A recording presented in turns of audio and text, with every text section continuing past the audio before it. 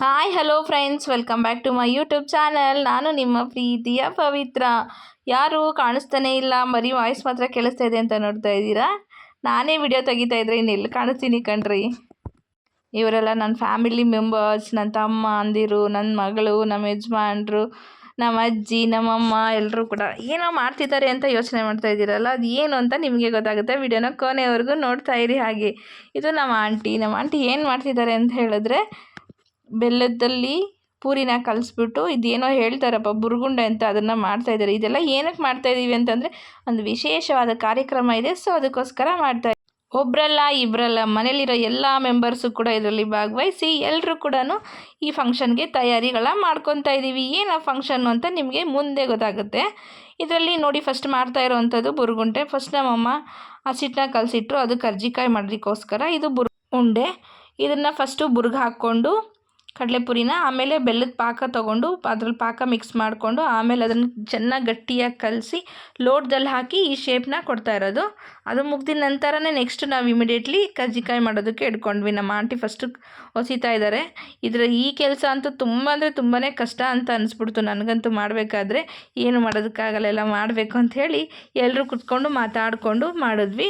ಸುಮಾರು ನಮ್ಗೆ ಈ ಕೆಲಸಗಳೆಲ್ಲ ಮುಗಿಯೋಷ್ಟೊತ್ತಿಗೆ 2 ಅವರ್ ಮುಗೀತು. ಇದನ್ನು ನಾನು ಒನ್ ಡೇ ವೀಡಿಯೋನ ಮಾಡಿ ಹಾಕ್ತಾಯಿಲ್ಲ, 3-4 ಡೇಸ್ ಹಾಕ್ತಾಯಿದ್ದೀನಿ. ಒಂದೊಂದು ದಿನ ಒಂದೊಂದು ಐಟಮ್ನ ಮಾಡಿದ್ರಿಂದ ನಾವು ಐಟಮ್ ಏನೇನು ಮಾಡಿದ್ವಿ, ಯಾವ ರೀತಿ ಮಾಡಿದ್ವಿ, ಯಾರೆಲ್ಲ ಕುತ್ಕೊಂಡು ಮಾಡಿದ್ವಿ ಅಂತ ಗೊತ್ತಾಗಬೇಕಾದ್ರೆ, ಸೊ 3 ದಿನ ಮಾಡಿರೋ ವಿಡಿಯೋನ ಒಂದೇ ಸರಿ ಅಪ್ಲೋಡ್ ಮಾಡ್ತಾಯಿದ್ವಿ. ನಮ್ಮಪ್ಪ ಡ್ಯೂಟಿಯಿಂದ ಬಂದರು. ನಾವು ನೈಟು ಇದನ್ನು ಸ್ಟಾರ್ಟ್ ಮಾಡಿದ್ದು 9 ಗಂಟೆ ಆಗಿತ್ತು. ಆವಾಗ ನಮ್ಮಪ್ಪ ಬಂದು ಊಟ ಮಾಡಿಕೊಂಡು ಮತ್ತೆ ಕೂಡ ನೈಟ್ ಶಿಫ್ಟ್ಗೆ ಹೋದರು. ಫಸ್ಟು ಬಂದಿದ್ದು ಕರ್ಜಿಕಾಯಿ ಈ ರೀತಿಯಾಗಿ ಬಂತು. ಸ್ವಲ್ಪ ಡಿಸೈನ್ ಆಗಿ ಟ್ರೈ ಮಾಡಿದ್ವಿ. ಅದು ಫಸ್ಟ್ಗೆ ಸರಿಯಾಗಿ ಬರಲಿಲ್ಲ, ದೃಷ್ಟಿ ಆಗಿಬಿಟ್ಟಿದೆ ಅಂತ ಕಾಣುತ್ತೆ. ಆಮೇಲೆ ಸರಿಯಾಗಿ ಬಂತು. ನೋಡಿ ಎಷ್ಟೆಲ್ಲ ಮಾಡಿದ್ದೀವಿ, ಸುಮಾರು ಒಂದು 200 ಕರ್ಜಿಕಾಯಷ್ಟು ಮಾಡಿ ಇಟ್ಟಿದ್ದಾಯಿತು.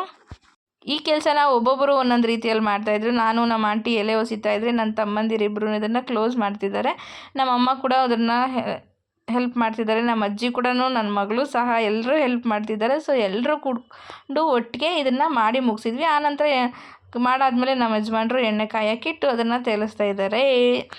ಈ 200 ಕರ್ಜಿಕಾಯಿ ಮಾಡೋಷ್ಟರೊಳಗಡೆ ನಮಗೆ ಬೆನ್ನೆಲ್ಲ ನೋವು ಬಂತು. ಯಾಕೆ ಅಂತ ಸುಮಾರು 3 ಗಂಟೆಗಳ ಕಾಲ ಕುತ್ಕೊಂಡು ಮಾಡಿದ್ದು. ಇದೇನು ಬೇಗ ಆಗುವಂಥ ಕೆಲಸ ಅಲ್ಲವೇ ಅಲ್ಲ. ಸೊ ಅದಕ್ಕೋಸ್ಕರ ಇದು ನೆಕ್ಸ್ಟ್ ಡೇ ಮಾಡಿರೋವಂಥದ್ದು. ಇದು ನಮ್ಮಮ್ಮ ಚಕ್ಲಿ ಹಿಟ್ಟು ಅಂತ ಹೇಳ್ತೀವಿ. ಚಕ್ಲಿ ಮಾಡೋದಕ್ಕೋಸ್ಕರ ಹಸಿಟ್ಟನ್ನ ಮೊದಲೇ ಆಡಿಸ್ಕೊಬಂದು ಇಟ್ಟಿದ್ರು. ಅದು ಏನೇನು ಹಾಕಿದ್ರು ನನಗಂತೂ ಗೊತ್ತಿಲ್ಲ. ರೆಡಿ ಮಾಡಿಸ್ಕೊಬಂದು ಇಟ್ಟಿದ್ರು. ತಿರ್ಗಾ ನೆಕ್ಸ್ಟ್ ಡೇ ಎಲ್ಲರೂ ಕೂತ್ಕೊಂಡು ನಮ್ಮ ಅಜ್ಜಿ, ನಮ್ಮಮ್ಮ ಎಲ್ಲರೂ ಹಿಟ್ಟು ಕಲಸಿಟ್ಟು, ಆಮೇಲೆ ಎಲ್ಲರೂ ಕುತ್ಕೊಂಡು ಒಟ್ಟಿಗೆ ಊಟ ಮಾಡಿ ಚಕ್ಲಿ ಮಾಡೋದಕ್ಕೆ ಸ್ಟಾರ್ಟ್ ಮಾಡಿದ್ವಿ. ಇದು ಸ್ವಲ್ಪ ಕಷ್ಟದ ಕೆಲಸನೇ ಅನ್ನಿಸ್ತು. ಯಾಕಂತ ಹೇಳಿದ್ರೆ ಅದಕ್ಕಿಂತ ಇದು ಈಸಿನೇ, ಬಟ್ ಅಷ್ಟೊಂದು ಏನು ಟೈಮ್ ಹಿಡಿಲಿಲ್ಲ. ಇದು ದೊಡ್ಡ ಪ್ರೋಸೆಸ್ ಏನು ಅಂತ ಹೇಳಿದ್ರೆ, ಡಿಸೈನಾಗಿ ಮಾಡಬೇಕಾಗಿತ್ತು. ಅದೇ ದೊಡ್ಡ ಪ್ರೋಸೆಸ್ಸು. ನಮ್ಮ ಹುಡುಗರಿಗೆ ಬರ್ತಾಯಿಲ್ಲ, ನಮ್ಮಮ್ಮ ಬಿಡ್ತಾಯಿಲ್ಲ ಅನ್ನಂಗಾಗಿತ್ತು ಕೆಲಸ ಇಲ್ಲಿ. ಈಗ ನೋಡಿ ತಿನ್ನೋ ಥರ ಅಲ್ಲೇ ನೋಡ್ತಾ ಇದ್ದಾಳೆ ಚಕ್ಲಿನ. ಎಲ್ಲರಿಗಿಂತ ನನ್ನ ಮಗಳಿಗೆ ತುಂಬ ಇಂಟ್ರೆಸ್ಟ್ ಇತ್ತು ಈ ಕೆಲಸದಲ್ಲಂತೂ. ಕುತ್ಕೊಂಡು ನೋಡಿ ಎಷ್ಟು ಮುಂದೆ ಕುತ್ಕೊಂಡು ಮಾಡ್ತಾ ಇದ್ದಾಳೆ ಅಂತ ಹೇಳ್ಬಿಟ್ಟು. ಇದ್ರ ಹಿಂದಿನ ದಿನ ಎಲೆ ಒಸಿ ನನಗೆ ಸಾಕಾಗಿತ್ತು. ಸೊ ನಾನೇನು ಇದಕ್ಕೆ ಅಷ್ಟೊಂದು ಕೈ ಹಾಕಕ್ಕೆ ಹೋಗಲಿಲ್ಲ. ಬೇರೆ ಎಲ್ಲರೂ ಮಾಡ್ತಾಯಿದ್ರೆ ಸಣ್ಣ ಪುಟ್ಟ ಹೆಲ್ಪ್ ಮಾಡಿದೆ ಅಷ್ಟೇ. ನಾನು ಚಕ್ಲಿ ಏನು ಹೊತ್ತೋದಕ್ಕೆ ಹೋಗಲಿಲ್ಲ. ಅಂತೂ ಇಂತೂ ಸಾಹಸ ಪಟ್ಟು ನಮ್ಮ ಲತಾ ಒಂದು ಚಕ್ಲಿನ ಹೊತ್ಬಿಟ್ಲು ಸ್ಟಾರ್ಟಿಂಗ್. ಇದು ಸಹ ಅಷ್ಟೇ, ಎಲ್ಲರೂ ಕುತ್ಕೊಂಡು ಒಟ್ಟಿಗೆ ಮಾಡಿದ್ರು. ನಮ್ಮ ಯಜಮಾನ್ರಿಗೆ ನೆಕ್ಸ್ಟ್ ಡೇ ಏನು ಕೆಲಸ ಇತ್ತು, ಇವತ್ತು ಅದೇ ಕೆಲಸನ ಕೊಟ್ಟಿದ್ದಾರೆ, ತೇಲ್ಸೋ ಕೆಲಸನ. ಅವರು ಅಡುಗೆ ಮಾಡೋ ಕೆಲಸಕ್ಕೆ ತುಂಬಾ ಇಂಟ್ರೆಸ್ಟ್ ತೋರಿಸ್ತಾರೆ. ಎಲ್ಲ ಅಡುಗೆನೂ ಮಾಡೋಕ್ಕೆ ಬರುತ್ತೆ ಅವ್ರಿಗೆ. ಭಟ್ರಾಗ್ಬಿಟ್ಟಿದ್ರೆ ಚೆನ್ನಾಗಿರ್ತಿತ್ತು. ಏನು ಮಾಡ್ತೀರಾ, ಭಟ್ರಾಗಿಲ್ಲ. ನಮ್ಮ ಮನೇಲಿ ನಡೆಯೋ ಎಲ್ಲ ಕಾರ್ಯಕ್ರಮಗಳಲ್ಲೂ ನಮ್ಮ ಯಜಮಾನ್ರೇ ಅಡುಗೆ ಮಾಡೋದು. ನೋಡಿ ಈ ಚಕ್ಲಿನ ಈ ಡಿಸೈನ್ ಒತ್ತಿದ್ದಾರೆ. ಏನಕ್ಕೆ ಅಂತ ಹೇಳಿದ್ರೆ, ಡಿಸೈನಾಗೆಲ್ಲ ಮಾಡಿಬಿಟ್ಟು ಇದನ್ನೆಲ್ಲ ಒಂದು ತಟ್ಟೆಯಲ್ಲಿ ಇಡಬೇಕು ಅಂತ, ಚೆನ್ನಾಗಿ ಕಾಣಿಸ್ಲಿ ಅನ್ನೋ ಕಾರಣಕ್ಕೆ. ನನ್ನ ತಮ್ಮ ನೋಡಿ ಹಾರ್ಟ್ ಶೇಪ್ನ ಟ್ರೈ ಮಾಡ್ತಾ ಇದ್ದೇನೆ. ಅದು ಬರ್ತಾ ಇಲ್ಲ, ಇವ್ನು ಬಿಡ್ತಾ ಇಲ್ಲ ಅನ್ನೋ ಥರ ಆಗಿದೆ. ನೆನಪಿದ್ದಾರಾ ಯಾರು ಅಂತ? ನನ್ನ ತಂಗಿ, ನಮ್ಮಮ್ಮ. ಇದು ಸಂಜೆ, ನೆಕ್ಸ್ಟ್ ಡೇ ಇನ್ನೊಂದು ಸಂಜೆ. ಸುಮಾರು ಒಂದು 5 ಗಂಟೆಗೆ ಫಂಕ್ಷನ್ಗೆ ಏನೇನು ಬೇಕಾಗುತ್ತೋ ಎಲ್ಲ ತರಕಾರಿನ ತೊಗೊಬಂದಿದ್ರು. ಎಲ್ಲರೂ ಕುತ್ಕೊಂಡು ಬಿಡಿಸ್ತಾಯಿದ್ರು. ನನ್ನ ತಂಗಿ, ಗಂಡ ಇವರು. ನಮ್ಮ ಅಜ್ಜಿ ಅವರೆಲ್ಲ ಫಸ್ಟು ತರಕಾರಿನ ಬಿಡಿಸ್ತಾಯಿದ್ರು. ಆ ನಂತರ ನಾನು ನನ್ನ ತಮ್ಮ ಕುತ್ಕೊಂಡು ತೆಂಗಿನಕಾಯಿನ ತುರಿತಾಯಿದ್ವಿ. ಏನಕ್ಕೆ ಅಂದರೆ ಇದು ಒಬ್ಬಟ್ಟಿಗೆ ಹಾಕೋದಕ್ಕೆ ಬೇಕು ಅಂತ ಹೇಳಿದ್ರು. ಸೊ ಅದಕ್ಕೆ ನಮಗೆ ಈ ಕೆಲಸ ಕೊಟ್ಟಿದ್ರು. ನಾವು ಮಾತಾಡಿಕೊಂಡು ನಗ್ನಗ್ತಾ ಕೆಲಸನ ಮಾಡ್ತಾಯಿದ್ದೀವಿ. ನಮ್ಮ ಅಜ್ಜಿ ನೋಡಿ ಈಗ ಮಾಡೋದು ಅಂತ ನನಗೆ ಹೇಳ್ತಾ ಇದ್ದಾರೆ. ಒಲೆ ಮೇಲೆ ಇಟ್ಟಿದ್ದು ನೀರು ಕಾದಿತ್ತು. ತಿರ್ಗಾ ನಮ್ಮಮ್ಮ ಬೇಳೆ ತೊಳೆದ್ಬಿಟ್ಟು ಒಂದು 4 kg ಬೇಳೆನ ಹಾಕಿದ್ದಾರೆ. ಒಬ್ಬಟ್ಟು ಮಾಡೋಕ್ಕೆ ಕಣ್ರಿ. ಬಟ್ ನಾನು ಒಬ್ಬಟ್ಟು ಮಾಡ್ತಾರೆ ಅಂತ ಅಂದ್ಕೊಂಡ್ರೆ ಅದು ಏನಾಗಿ ಕರ್ಜಿಕಾಯಿ ಮಾಡಂಗಾಯ್ತು. ನಮ್ಮಮ್ಮ ಇದಕ್ಕೆ ಬೆಲ್ಲ, ತೆಂಗಿನಕಾಯಿ, ಏಲಕ್ಕಿ ಎಲ್ಲ ಹಾಕಿ ಮಿಕ್ಸ್ ಮಾಡಿ ಇಟ್ಟಿದ್ರು. ಇದನ್ನು ನಾವು ಮನೇಲಿ ರುಬ್ಬಕ್ಕಾಗಲ್ಲ ಅಂತ ಹೇಳ್ಬಿಟ್ಟು ಹೊರಗಡೆ ರುಬ್ಬಿಸ್ಕೊ. ಇದು ನೀರು ಬೇಳೆ ನೀರು. ಇದು ಸಾಂಬಾರು ಮಾಡೋದಕ್ಕೋಸ್ಕರ. ಗೊತ್ತಿರುತ್ತೆ ಬೇಳೆ ಬಗ್ಸಿರೋ ನೀರಲ್ಲಿ ಹೆಂಗೆ ಸಾಂಬಾರು ಮಾಡ್ತಾರೆ ಒಬ್ಬಟ್ಟಿನ ಸಾರು ಅಂತ. ಆಮೇಲೆ ನಮ್ಮಮ್ಮ ಒಬ್ಬಟ್ಟಿಗೋಸ್ಕರ ಹಸಿಟ್ಟನ್ನ ಕಲಸಿದ್ರು. ನಮ್ಮ ಯಜಮಾನ್ರು ಮತ್ತು ನನ್ನ ತಂಗಿ ಯಜಮಾನ್ರು ಇಬ್ಬರು ಕೂತ್ಕೊಂಡು ತರಕಾರಿನ ಕಟ್ ಮಾಡ್ತಿದ್ದಾರೆ. ನಾವೆಲ್ಲರೂ ಕೂಡ ನಮ್ಮ ಮಾವನು ನಮ್ಮ ಮಾವನ ಹೆಂಡ್ತಿ ಎಲ್ಲರೂ ಬಂದರು. ಹಾಗೆ ನಮ್ಮ ಚಿಕ್ಕಮ್ಮಂದಿರು ಬಂದರು. ಸ್ಟಾರ್ಟ್ ಮಾಡಿದ್ವಪ್ಪ ಕೆಲಸ. ಇನ್ನೊಂದು ಕೆಲಸ ಏನು ಅಂತ ಹೇಳಿದ್ರೆ ದೊಡ್ಡ ಕೆಲಸ. ಇದು ಒಸೆಯೋದು, ಉಂಡೆ ಹಾಕೋದು, ಮುಚ್ಚೋದು, ತೇಲ್ಸೋದು, ಇದೇ ದೊಡ್ಡ ಕೆಲಸ. ಎಲ್ಲರೂ ಮಾತಾಡಿಕೊಂಡು ಎಲ್ಲ ಹಿಂದಿಂದೆಲ್ಲನೂ ಎಲ್ಲರೂ ಕೂಡ ಕೆಲಸನ ಮಾಡ್ತಾ ಇದ್ದಾರೆ ಒಬ್ಬೊಬ್ಬರಾಗಿ. ನಾನು ಇವತ್ತು ಅಷ್ಟೇ ಎತ್ತಿಡೋದು ತೆಗ್ದಿಡೋದು ಅಷ್ಟೇ ಕೆಲಸ ಮಾಡ್ತಾಯಿದ್ದೀನಿ. ಇವತ್ತು ಒಸೆಯೋಕ್ಕೆ ಹೋಗಲಿಲ್ಲ. ನಮ್ಮ ಅತ್ತೆಯಂದಿರು ನಮ್ಮ ಚಿಕ್ಕಮ್ಮಂದಿರಿದ್ರು ಅಂತ ಹೇಳಿಬಿಟ್ಟು ನಾನು ಒಸಿಲಿಲ್ಲ. ಬೇರೆ ಕೆಲಸನ ಮಾಡ್ತಾಯಿದ್ದೆ ನಾನು. ಏನೇ ಆಗಲಿ ಫಂಕ್ಷನ್ ಅಂತ ಬಂದಾಗ ಎಲ್ಲರೂ ಒಟ್ಟಿಗೆ ಕೂತ್ಕೊಂಡು ಮಾತಾಡ್ಕೊಂಡು ಕೆಲಸ ಮಾಡೋದ್ರಲ್ಲಿ ತುಂಬಾ ಖುಷಿ ಅನಿಸುತ್ತೆ. ಮಾತಾಡ್ಕೊಂಡು ಕೆಲಸ ಮಾಡ್ತಾಯಿದ್ರೆ ಟೈಮ್ ಹೋಗೋದೇ ಗೊತ್ತಾಗಲ್ಲ. ಹಾಗೆ ಕೆಲಸನೂ ಕೂಡ ಈಸಿಯಾಗಿ ಆಗುತ್ತೆ. ನಮ್ಮ ಮಾವ ನೋಡಿ ನಿದ್ದೆ ಮಾಡ್ತಿದ್ದಾರೆ. ನೋಡಿ, ಹೆಂಗಸರೆಲ್ಲ ಕೆಲಸ ಮಾಡ್ತಿದ್ರೆ ಗಂಡಸರೆಲ್ಲ ರೆಸ್ಟ್ ಮಾಡ್ತಾಯಿದ್ದಾರೆ. ಇವತ್ತು ನನ್ನ ಯಜಮಾನ್ರಿಗೆ ಇದೇ ಕೆಲಸ ಕೊಟ್ಟಿದ್ದಾರೆ ನಮ್ಮಮ್ಮ. ಮಾಡಲಿ, 3 ದಿನದಿಂದ ಎಲ್ಲರೂ ಮಾಡಿ ಕೊಡೋದು, ಇವ್ರು ಎಣ್ಣೆಗೆ ಹಾಕಿ ತೇಲ್ಸಿ ಇಡೋದು, ಇದೇ ಕೆಲಸ. ನಮ್ಮ ಮಾವ ಯಾರ್ಯಾರು ಯಾವ ರೀತಿ ಮಾಡ್ತಾಯಿದ್ದಾರೆ ಏನು ಅಂತ ಹೇಳ್ಬಿಟ್ಟು ನೋಡ್ಕೊಂಡು ಎಲ್ಲರಿಗೂ ಕಮೆಂಟ್ ಕೊಡ್ತಾವ್ರೆ. ನಮ್ಮಮ್ಮ ಮತ್ತು ನಮ್ಮ ಚಿಕ್ಕಮ್ಮ ಇಬ್ಬರು ನನ್ನ ಮಗಳು ಹುಟ್ಟಿದ ದಿನದ ನೆನಪು ಮಾಡ್ಕೊಂಡು ಮಾತಾಡ್ಕೊಂಡು ಕೂತಿದ್ರು. ಇವು ಕೂಡ ಒಂದು 300 ಮೇಲೆ ಆಗಿತ್ತು. ಇದನ್ನು ಕೂಡ ಎಲ್ಲ ರೆಡಿ ಮಾಡಿ ಎತ್ತಿಷ್ಟೊತ್ತಿಗೆ ನೈಟ್ 2 ಗಂಟೆ ಆಯಿತು. 2 ಗಂಟೆ ಆದಮೇಲೆ ಕ್ಲೋಸ್ ಮಾಡಿ ಮಲಗೋಷ್ಟೊತ್ತಿಗೆ 3 ಗಂಟೆ. 3 ಗಂಟೆಗೆ ಮಲಗಿದ್ದು ಬೆಳಗ್ಗೆ 5 ಗಂಟೆಗೆ ಎದ್ದಿದ್ದು. ನಿದ್ದೆನೇ ಸಾಕಾಗಿಲ್ಲ ಫ್ರೆಂಡ್ಸ್. ಬೆಳಗ್ಗೆ ಎದ್ದು ತಿರುಗಿ ಅಡುಗೆಗೆ ಪ್ರಿಪೇರ್ ಮಾಡ್ತಾಯಿದ್ದಾರೆ. ನಮ್ಮ ಗಂಡ ಪಲಾವ್ ಮಾಡ್ತಾ ಅವ್ರೆ. ಎಲ್ಲ ಅಡುಗೆಗಳು ಕೂಡ ನಮ್ಮ ಯಜಮಾನ್ರೆ ಮಾಡಿದ್ದು. ಅವ್ರಿಗೆ ಎಲ್ಲ ರೀತಿ ಅಡುಗೆಗಳನ್ನ ಮಾಡೋಕ್ಕೆ ಬರುತ್ತೆ. ಎಲ್ಲ ಫಂಕ್ಷನ್ನಲ್ಲೂ ಮಾಡ್ತಾ ಇರ್ತಾರೆ. ಈಗ ಗೊತ್ತಾಗಿರ್ಬೇಕು ಏನು ಫಂಕ್ಷನ್ ಇರ್ಬೋದು ಇವ್ರ ಮನೇಲಿ ಅಂತ. ಹೌದು ಫ್ರೆಂಡ್ಸ್, ಇವತ್ತು ನನ್ನ ತಂಗಿಯ ಶ್ರೀಮಂತ ಮಾಡ್ತಾ ಇದ್ದೀವಿ. ಸೊ ಅದಕ್ಕೋಸ್ಕರ ಎಲ್ಲರೂ ಕೂಡ ರೆಡಿ ಮಾಡ್ತಾ ಇದ್ದಾರೆ. ಇವರೆಲ್ಲ ನಮ್ಮ ನೆಂಟರು ಬಂದಿದ್ದಾರೆ ಎಲ್ಲರೂ. ನಾವು ಮನೆ ಮಾಡಿಟ್ಟಿದ್ದಂಥ ಚಕ್ಲಿ, ಕರ್ಜಿಕಾಯಿ ಎಲ್ಲ ಕೂಡ ತಟ್ಟೆಗೆ ಜೋಡಿಸ್ತಾ ಇದ್ದಾರೆ. ಇಲ್ಲಿ ನಮ್ಮ ಹುಡುಗಿ ರೆಡಿ ಆಗ್ತಾ ಇದ್ದಾಳೆ. ನನ್ನ ತಂಗಿ ಫ್ರೆಂಡ್ ಬಂದ್ಬಿಟ್ಟು ಅವಳನ್ನ ರೆಡಿ ಮಾಡ್ತಾವಳೆ. ನಾವೆಲ್ಲರೂ ಒಬ್ಬೊಬ್ಬರಾಗಿ ನೆಂಟರು ಬಂದಿದ್ದು ಎಲ್ಲರಿಗೂ ಟಿಫನ್ ಮಾಡಿ ಅಂತ ಹೇಳ್ತಾ ಟಿಫನ್ ಮಾಡ್ಕೊಂಡು ಎಲ್ಲರೂ ಮಾತಾಡ್ಕೊಂಡು ಕೂತಿದ್ರು. 10:30 11 ಗಂಟೆಗೆ ಕೂರಿಸ್ಬೇಕು ಅಂತ ಹೇಳ್ಬಿಟ್ಟು ಸ್ವಲ್ಪ ಟೈಮ್ ಇತ್ತಲ್ಲ ಅಂತ ಎಲ್ಲ ಮಾತಾಡ್ಕೊಂಡು ಕೂತಿದ್ರು. ಒಬ್ಬೊಬ್ಬರಾಗಿ ಎಲ್ಲನ ರೆಡಿ ಮಾಡ್ತಾಯಿದ್ರು. ಈ ವಿಡಿಯೋದಲ್ಲಿ ನಾನಂತೂ ಹೆಚ್ಚಾಗಿ ಕಾಣಿಸೋದೇ ಇಲ್ಲ. ಯಾಕೆ ಅಂತ ಹೇಳಿದ್ರೆ ವಿಡಿಯೋ ನಾನೇ ಮಾಡಬೇಕಾದ್ರೆ ನಾನು ಎಲ್ರಿ ಕಾಣಿಸ್ತೀನಿ.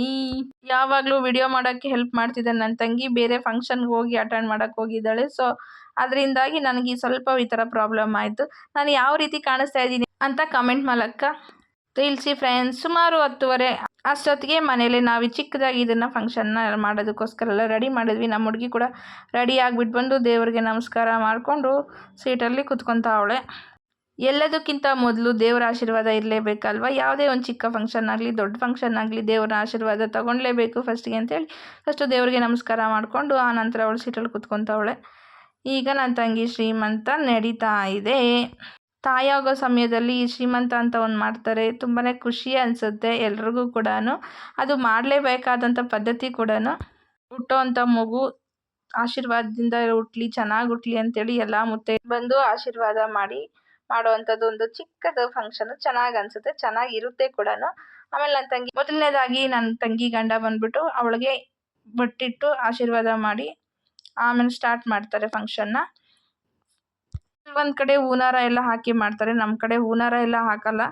ಏನಕ್ಕೆ ಅಂತ ಹೇಳಿದ್ರೆ ನನ್ನ ಪ್ರಕಾರ ಆ ಥರ ಹೂನಾರ ಹಾಕಿ ಮಾಡೋವಂಥದ್ದು ಏನು ಅಂದರೆ ಅದೊಂಥರ ಆಡಂಬರ ತೋರಿಸ್ಕೊಳೋದಷ್ಟೇ ಬಿಟ್ಟರೆ ಹೂನಾರ ಹಾಕಬೇಕು ಅನ್ನೋದು ಯಾವ ಪದ್ಧತಿನೂ ಇಲ್ಲವೇ ಇಲ್ಲ.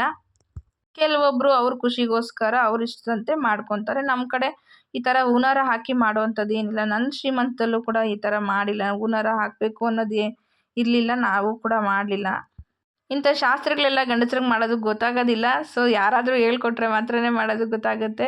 ಅವ್ರಿಗೆ ಅಭ್ಯಾಸ ಇರಲ್ವಲ್ಲ. ಸೊ ಅದಕ್ಕೋಸ್ಕರ ನಮ್ಮಮ್ಮನ ಅವರಮ್ಮ ಇಬ್ಬರು ಕೂಡ ಹೇಳ್ಕೊಡ್ತಾ ಇದ್ದಾರೆ ಹೇಗೆ ಮಾಡಬೇಕು ಅಂತ ಹೇಳ್ಬಿಟ್ಟು ನಮ್ಮ ಮೈದನಿಗೆ. ಅದಾದಮೇಲೆ ನಾನು ಹೋದೆ ನನ್ನ ತಂಗಿಗೆ ಅರ್ಶಿನ ಕುಂಕುಮ ಇಟ್ಬಿಟ್ಟು ಚೆನ್ನಾಗಿರುವಂತ ಆಶೀರ್ವಾದ ಮಾಡೋದಕ್ಕೆ. ನನ್ನ ತಂಗಿ ನನ್ನ ಕಣ್ಮುಂದೆ ಹುಟ್ಟಿ ಬೆಳೆದು ಅವಳು ಇಷ್ಟು ದೊಡ್ಡಳಾಗಿ ಇವತ್ತು ಮದುವೆ ಆಗಿ ಇವತ್ತೊಂದು ತಾಯಿ ಆಗ್ತಾವಳೆ ಅಂತ ಹೇಳಿದ್ರೆ ನನಗೂ ಒಂಥರ ಖುಷಿ ಅಂತ ಅನ್ನಿಸ್ತು. ಸೊ ನಾವು ಎಲ್ಲ ಕೆಲಸನೂ ಕೂಡ ಅದಕ್ಕೆ ಖುಷಿಯಾಗಿ ಮಾಡ್ತಾಯಿದ್ದೀವಿ. ನಾನು ಮೊದಲನೇದಾಗಿ ಅರಿಶಿನ ಕುಂಕುಮ ಇಟ್ಟು ಆನಂತರ ಹೂವು ಮುಡಿಸಿ ಆಮೇಲೆ ನನಗೆ ಏನು ಮಾಡಬೇಕು ಅಂತಲೇ ತೋಚ್ತಾ ಇಲ್ಲ. ಗಂಡಸರಿಗೆ ಅಲ್ಲ, ಕೆಲವು ಹೆಂಗಸರಿಗೂ ಕೂಡ ಅಲ್ಲಿ ಹೋದ್ಮೇಲೆ ಏನು ಮಾಡಬೇಕು ಅಂತಲೇ ತೋಚೋದಿಲ್ಲ. ನನಗೂ ಕೂಡ ಅದೇ ರೀತಿ ಆಯಿತು. ಆನಂತರ ನಮ್ಮಮ್ಮ ಹೇಳ್ತಾಯಿದ್ರು, ಈ ಥರ ಮಾಡು ಆ ಥರ ಮಾಡು ಅಂತ ಹೇಳಿಬಿಟ್ಟು. ಸೊ ಅವ್ರು ಹೇಳ್ದಂಗೆ ನಾನು ಕೂಡ ಮಾಡಿ ಮುಗಿಸಿದೆ. ಆನಂತರ ಬಂದಿದ್ದ ಎಲ್ಲ ನೆಂಟರು ಕೂಡ ಒಬ್ಬೊಬ್ಬರಾಗಿ ಹೋಗಿ ನನ್ನ ತಂಗಿಗೆ ಅರಿಶಿನ ಕುಂಕುಮ ಹೂವು ಎಲ್ಲ ಇಟ್ಬಿಟ್ಟು ಆಶೀರ್ವಾದ ಮಾಡಿಬಿಟ್ಟು ಬಂದರು. ತುಂಬ ಅಂದರೆ ತುಂಬ ಜನ ಬಂದಿದ್ದರು. ಒಂದು 50 ಜನ ಮೇಲೆ ಬಂದಿದ್ದರು. ನಾವು ಯಾರ್ಯಾರಿಗೆ ಇನ್ಫಾರ್ಮ್ ಮಾಡಿದರೆ ಎಲ್ಲರೂ ಕೂಡ ಬಂದಿದ್ದರು. ಸೊ ನಮಗೆ ತುಂಬ ಅಂದರೆ ತುಂಬ ಖುಷಿ ಆಯಿತು.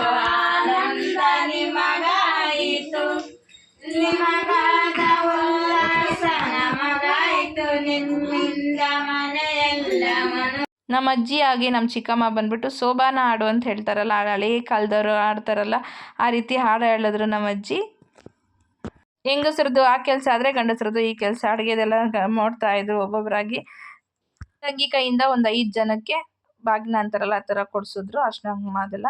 ಆಮೇಲೆ ನಾವೆಲ್ಲರೂ ಊಟಕ್ಕೆ ರೆಡಿ ಮಾಡ್ಕೊತಾ ಇದ್ವಿ. ಯಾರೂ ಬಂದಿಲ್ಲ, ಇನ್ನೂ ಊಟಕ್ಕೆ ಟೈಮ್ ಆಗಿಲ್ಲ ಅಂತ ಹೇಳ್ಬಿಟ್ಟು ಎಲ್ಲರೂ ವೆಯ್ಟ್ ಮಾಡ್ತಿದ್ರು. ನೋಡಿ ನಮ್ಮ ಅಣ್ಣನ ಜೊತೆ ನಾನು ಯಾವ ಥರ ತಮಾಷೆ ಮಾಡ್ಕೊಂಡು ಕೂತಿದ್ದೀನಿ ಅಂತ ಹೇಳ್ಬಿಟ್ಟು. ಹುಡುಗರಂತೆ ಯಾರಾದರೂ ಬಂದರೆ ಅಡುಗೆ ಮಾಡಿರೋದೆಲ್ಲ ಬಡಿಸೋಣ ಅಂತ ಕಾಯ್ತಾ ಇದ್ದಾರೆ. ಇನ್ನೂ ಯಾರೂ ಬಂದಿರಲಿಲ್ಲ. ಅಮ್ಮ ಅಂತೂ ಬರೋರಿಗೆಲ್ಲ ಲೊಕೇಶನ್ ಕಳ್ಸೋದೇ ಆಗಿತ್ತು ಅವ್ನ ಕೆಲಸ. ಯಾಕೆಂದರೆ ನಾವು ರೀಸೆಂಟಾಗಿ ಮನೆ ಚೇಂಜ್ ಮಾಡಿದ್ವಲ್ಲ, ಸೊ ಅದಕ್ಕೋಸ್ಕರ ಸ್ವಲ್ಪ ಜನಕ್ಕೆ ಅಡ್ರೆಸ್ ಗೊತ್ತಾಗ್ತಿಲ್ಲ ಅಂತ ಅವ್ನು ಲೊಕೇಶನ್ ಕಳ್ಸೋದ್ರಲ್ಲಿ ಬ್ಯುಸಿ ಆಗಿದ್ದ. ನಾವೆಲ್ಲರೂ ಕೂಡ ವೆಯ್ಟ್ ಮಾಡ್ತಾ ಇದ್ವಿ. ನಮ್ಮ ಅಣ್ಣನ ಜೊತೆ ಮಾತಾಡ್ಕೊಂಡು ಕೂತಿದ್ದೆ ನಾನು. ಇನ್ನು ಬರೋರೆಲ್ಲ ಒಬ್ಬೊಬ್ಬರಾಗಿ ಬರ್ತಾಯಿದ್ದಾರೆ. ನಾವೆಲ್ಲ ರೆಡಿ ಮಾಡ್ಕೊಂಡು ಆಲ್ರೆಡಿ ಇಟ್ಟಿದ್ದೀವಿ. ನೋಡಿ ಎಷ್ಟು ಜನ ಅಂತ. ಯಾವಾಗೂ ಖಾಲಿ ಇರ್ತಿದ್ದ ರೋಡು ಫುಲ್ಲಾಗಿ ಹೋಗಿದೆ ಇವಾಗ. ಎಲ್ಲರೂ ಒಬ್ಬೊಬ್ಬರಾಗಿ ಆದಮೇಲೆ ಒಬ್ಬೊಬ್ಬರಾಗಿ ಫೋಟೋ ಕೂಡ ತಗೊಂಡ್ವಿ.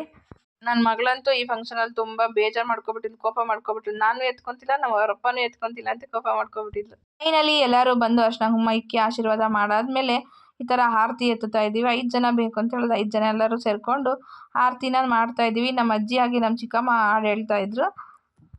ಕೊನೆಯದಾಗಿ ಇದು ದಿಷ್ಟಿ ಅಂತ ತೆಗಿತಾರಲ್ಲ ಅದನ್ನು ಮಾಡ್ತಾ ಇದ್ದೀವಿ. ತಂಗಿ ಅಂತೂ ಫುಲ್ ಖುಷಿ ಆಗಿಬಿಟ್ಟಿದ್ದಾಳೆ. ಲಾಸ್ಟ್ ಕೊನೆಯದಾಗಿ ನಮ್ಮ ಫ್ಯಾಮಿಲಿ ಒಂದು ಫೋಟೋನ ಪಿಕ್ ಮಾಡ್ಕೊಂಡ್ವಿ. ನನ್ನ ತಂಗಿ ಗಂಡ ಬರೋಕ್ಕಿಂತ ಮುಂಚೆ ನಮ್ಮ ಫ್ಯಾಮಿಲಿ ಇಷ್ಟೇ ಅಲ್ವಾ ಇದ್ದಿದ್ದು. ಸೊ ನಾವು ಅದಕ್ಕೋಸ್ಕರ ನಾವೇ ತಗೊಂಡ್ವಿ. ಫೈನಲಿ ಊಟದ ಸಮಯ ಬಂತು. ಎಲ್ಲರೂ ಊಟಕ್ಕೆ ಕೂತಿದ್ರು. ಎಲ್ರಿಗೂ ಊಟ ಬಡಿಸ್ತಾ ಇದ್ದೀವಿ. ಹೇಳ್ಬೇಕಂದ್ರೆ ಇದು ಲಾಸ್ಟ್ ಪಂಕ್ತಿನೇ ಇರಬೇಕು. ಯಾಕಂದರೆ ನಾವು ಅಲ್ಲಿ ಮೇಲೆ ಎಲ್ಲ ಕೆಲಸ ನೋಡ್ಕೊತಾ ಇದ್ವಿ. ಇಲ್ಲಿ ನಮ್ಮ ಹುಡುಗರು ಬಡಿಸ್ತಾ ಇದ್ರು. ಸೊ ನಾನು ಕೂಡ ಅಲ್ಲೆಲ್ಲ ಕೆಲಸ ಮುಗೀತು ಅಂತ ಹೇಳ್ಬಿಟ್ಟು ಇಲ್ಲಿ ಊಟ ಬಡಿಸೋಣ ಅಂತ ಹೇಳಿ ಬಂದಿದೆ. ಈಗ ಊಟ ಬಡಿಸೋಣ ಅಂತ ಬಂದರೆ ನಮ್ಮ ಹುಡುಗರೆಲ್ಲರೂ ಸುಮ್ಮನೆ ಫೋಸ್ಗೋಸ್ಕರ ಬಂದಿದ್ಯಾ ಅಂತ ಹೇಳ್ಬಿಟ್ಟು ರೇಗಿಸ್ತಾ ಇದ್ದಾರೆ. ನಾವು ಅಲ್ಲೂ ನೋಡಬೇಕು ಇಲ್ಲೂ ನೋಡಬೇಕಲ್ವಾ. ಹೆಂಗಸ್ರ ಕೆಲಸ ಹೆಂಗಸ್ರು, ಗಂಡಸ್ರ ಕೆಲಸ ಗಂಡಸ್ರು ಇದ್ದೇ ಇರುತ್ತೆ. ಇದು ಲಾಸ್ಟ್ ಪಂಕ್ತಿ. ಯಾರ್ಯಾರು ಬಡಿಸ್ತಾ ಇದ್ದಾರೋ ಅವ್ರು ಯಾರು ಊಟ ಮಾಡಿಲ್ಲ. ಆಮೇಲೆ ಇವರೆಲ್ಲರೂ ಊಟ ಮಾಡಿಬಿಟ್ಟಾದ್ಮೇಲೆ ನೆಕ್ಸ್ಟ್ ನಾವೆಲ್ಲರೂ ಊಟ ಮಾಡೋಣ ಅಂತ ಹೇಳ್ಬಿಟ್ಟು ಲಾಸ್ಟ್ ಪಂಕ್ತಿಗೆ ವೆಯ್ಟ್ ಮಾಡ್ತಾ ಇದ್ವಿ. ನಮ್ಮ ಯಜಮಾನ್ರಂತೂ ಅಡುಗೆಗಳೆಲ್ಲ ಮಾಡಿ ತುಂಬ ಸುಸ್ತಾಗಿ ಹೋಗ್ಬಿಟ್ಟಿದ್ರು. ಬೆಳಗ್ಗೆನೂ ನಾಷ್ಟ ಮಾಡಿರಲಿಲ್ಲ. ಸೊ ಊಟಕ್ಕೆ ಕೂತಿದ್ರು. ನಾನು ಸ್ವಲ್ಪ ತಮಾಷೆ ಮಾಡ್ತಾಯಿದ್ದೀನಿ ಅವ್ರಿಗೆ. ಹುಡುಗರೆಲ್ಲ ಲವ್ ಜಾಸ್ತಿ ಆಗ್ಬಿಟ್ಟೈತೆ ಅಂತ ಹೇಳ್ತಾ ಇದ್ದಾರೆ.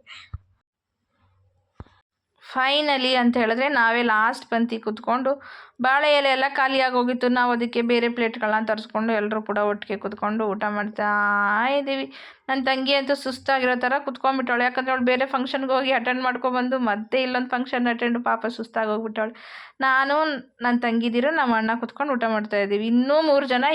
ಲಾಸ್ಟಾಗಿ ಫೈನಲ್ ಆಗಿ ನನ್ನ ತಮ್ಮನ ಫ್ರೆಂಡ್ಸು ಕೂತ್ಕೊಂಡು ಊಟ ಮಾಡ್ತಾ ಇದ್ದಾರೆ. ಎಲ್ಲ ಆಗಿ ಆದಮೇಲೆ ಎಲ್ಲ ಎತ್ತಿಕ್ಕಿ ಕ್ಲೀನ್ ಮಾಡಿ ಆಮೇಲೆ ಎಲ್ಲರೂ ರೂಮಲ್ಲಿ ಕೂತ್ಕೊಂಡು ಮತ್ತೆ ಆಡ್ಕೊಂಡು ಕೂತಿದ್ವಿ. ನನ್ನ ತಂಗಿ ಲ್ಯಾಪ್ಟಾಪ್ ಹಿಡ್ಕೊಂಡು ಕೆಲಸ ಮಾಡ್ತಾ ಇದ್ದಾಳೆ. ವಿಡಿಯೋ ಇಷ್ಟ ಆದರೆ ಪ್ಲೀಸ್ ಒಂದು ಲೈಕ್ ಮಾಡಿ, ಶೇರ್ ಮಾಡಿ, ಕಮೆಂಟ್ ಮಾಡಿ ಅಂತ ಹೇಳ್ತಾ ಇದಕ್ಕೋಸ್ಕರ ಥ್ಯಾಂಕ್ ಯು. ಬಾಯ್ ಬಾಯ್ ಎಲ್ಲ.